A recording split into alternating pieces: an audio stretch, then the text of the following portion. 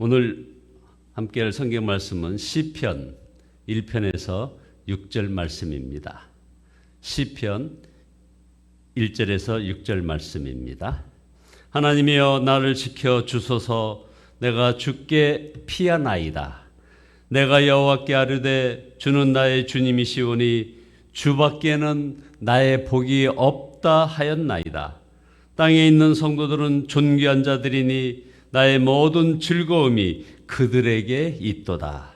다른 신에게 예물을 드리는 자는 괴로움이 더할 것이라. 나는 그들이 드리는 피의 전제를 드리지 아니하며 내 입술로 그 이름도 부르지 아니하리로다.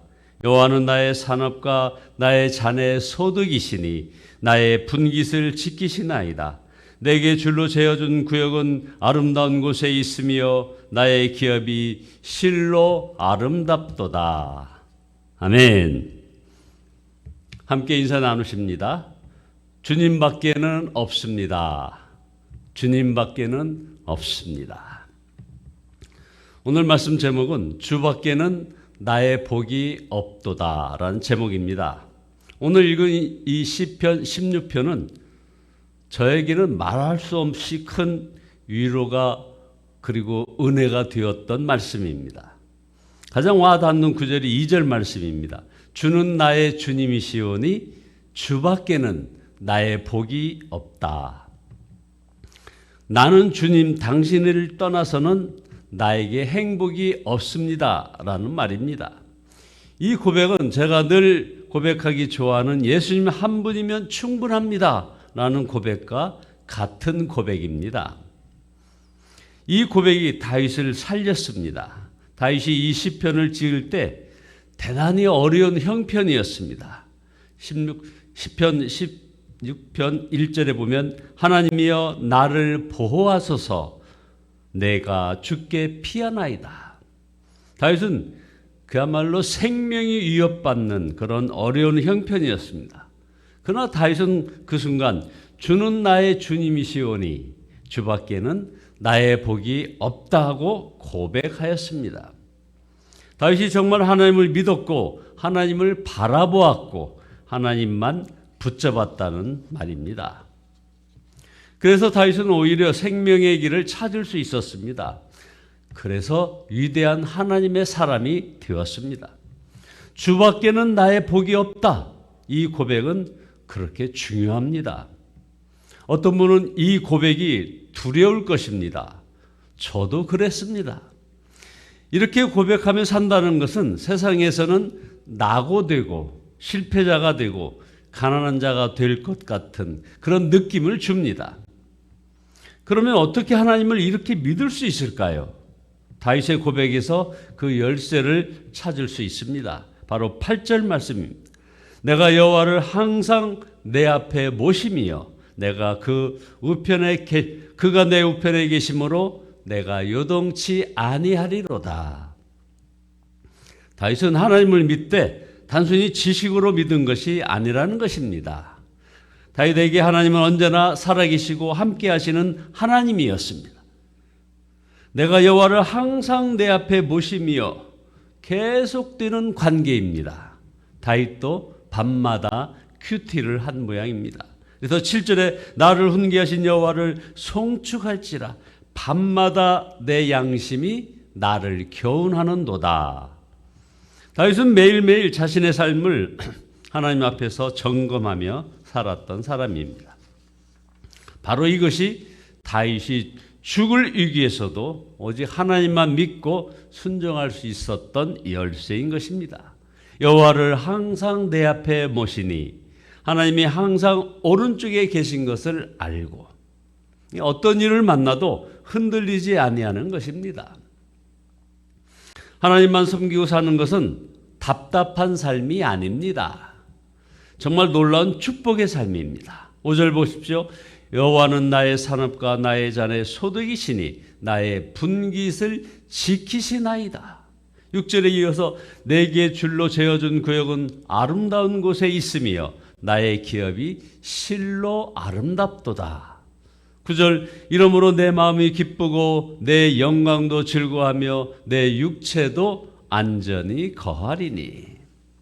성도 여러분, 예수님을 믿는다는 것이 무엇인지 분명히 알아야 합니다. 예수님을 믿는다는 것은 단순히 속죄만 받은 것이 아니고 예수님이 우리 마음속에 들어와 사시는 것입니다. 예수님이 저와 여러분의 마음속에 들어와서 사시는 것, 이게 우리가 예수님을 믿는다는 얘기입니다. 이것은 예수님께서 친히 요한복음 14장 23절에서 약속하신 것입니다.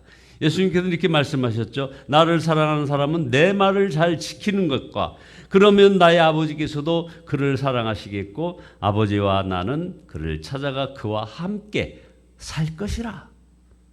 예수님께서 이 말씀을 하신 것은 예수님께서 하나님께로 승천하여 가시는 이유를 설명하시면서 하신 말씀입니다.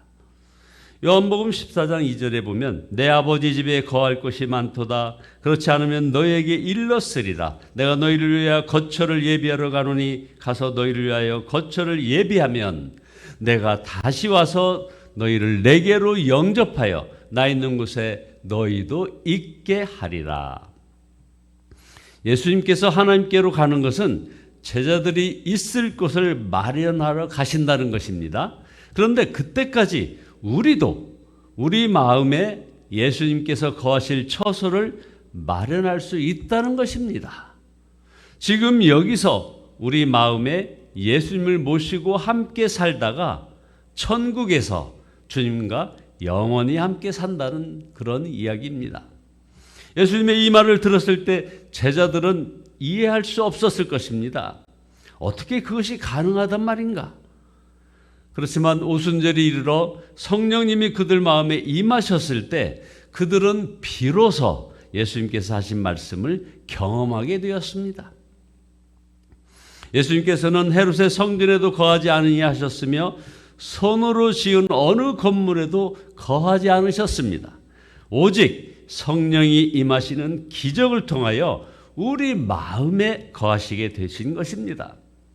그리스도인에게 이보다 더 놀라운 복과 특권이 어디 있습니까? 어떤 것을 생각할 수 있겠습니까? 제자들은 지난 3년간 예수님을 따라 살면서 예수님에 대하여 안 것보다 성령님이 마음에 임하신 후 예수님을 훨씬 더 많이 알게 되었습니다. 우리가 바로 그렇습니다. 베드로전서 1장 8절에 보면 예수를 너희가 보지 못하였으나 사랑하는도다. 이제도 보지 못하나 믿고 말할 수 없는 영광스러운 즐거움으로 기뻐하니. 오늘날 교회 안에 두 종류의 신자가 있습니다. 똑같은 예수님을 믿지만 어떤 사람은 정말 예수님이 마음에 계신 것을 믿고 사는 사람이 있고요. 또 한 부류는 예수님이 마음에 계시다는 말을 어디서 들어본 적은 있지만 진지하게 믿지 못하는 사람들입니다. 예수님이 마음에 계시다는 생각이 너무나 부담스러운 사람도 있습니다. 그들은 예수님을 믿지만 여전히 마음대로 살고 싶어하는 사람들입니다. 여러분, 그것은 진정한 자유일까요? 다윗이 누구보다도 행복한 사람이라고 하는 이유는 그가 왕이었기 때문에 그런 것이 아닙니다. 부귀 권세를 많이 가졌기 때문에 그런 것이 아닙니다. 복의 근원이시고 여호와 하나님과 항상 동행하며 살았기 때문인 것입니다. 성도 여러분, 분명히 아셔야 합니다. 예수님을 믿어도 매사가 안 된다. 이거 아닙니다. 예수님을 바로 믿지 못하여 안 되는 것입니다. 예수님을 아는 것이 믿는 것은 아니라는 것입니다. 예수님과 친밀히 교제하는 것이 이게 바로 제대로 믿는 것입니다. 그래서 오늘 본문의 11절에 주께서 생명의 길을 내게 보이시리니 주의 앞에는 충만한 기쁨이 있고 주의 오른쪽에는 영원한 즐거움이 있나이다.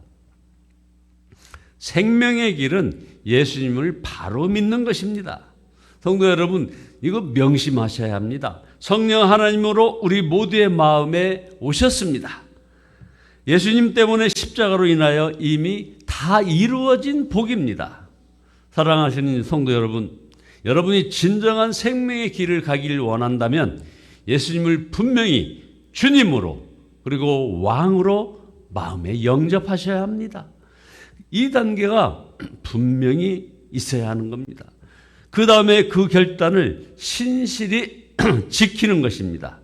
예수님을 바라보는 삶을 사는 것이라 이겁니다. 그러면 말씀과 성령의 역사로 예수님의 임재를 경험하며 살게 될 것입니다. 이런 은혜가 저와 여러분 모두에게 충만히 임하시기를 예수 그리스도의 이름으로 축원드립니다. 기도하시겠습니다.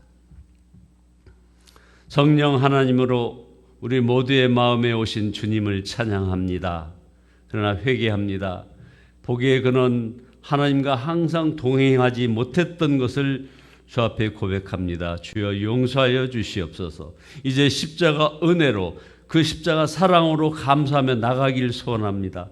진정한 생명의 길을 가기를 원합니다. 주님을 나의 왕으로 온전히 영접합니다.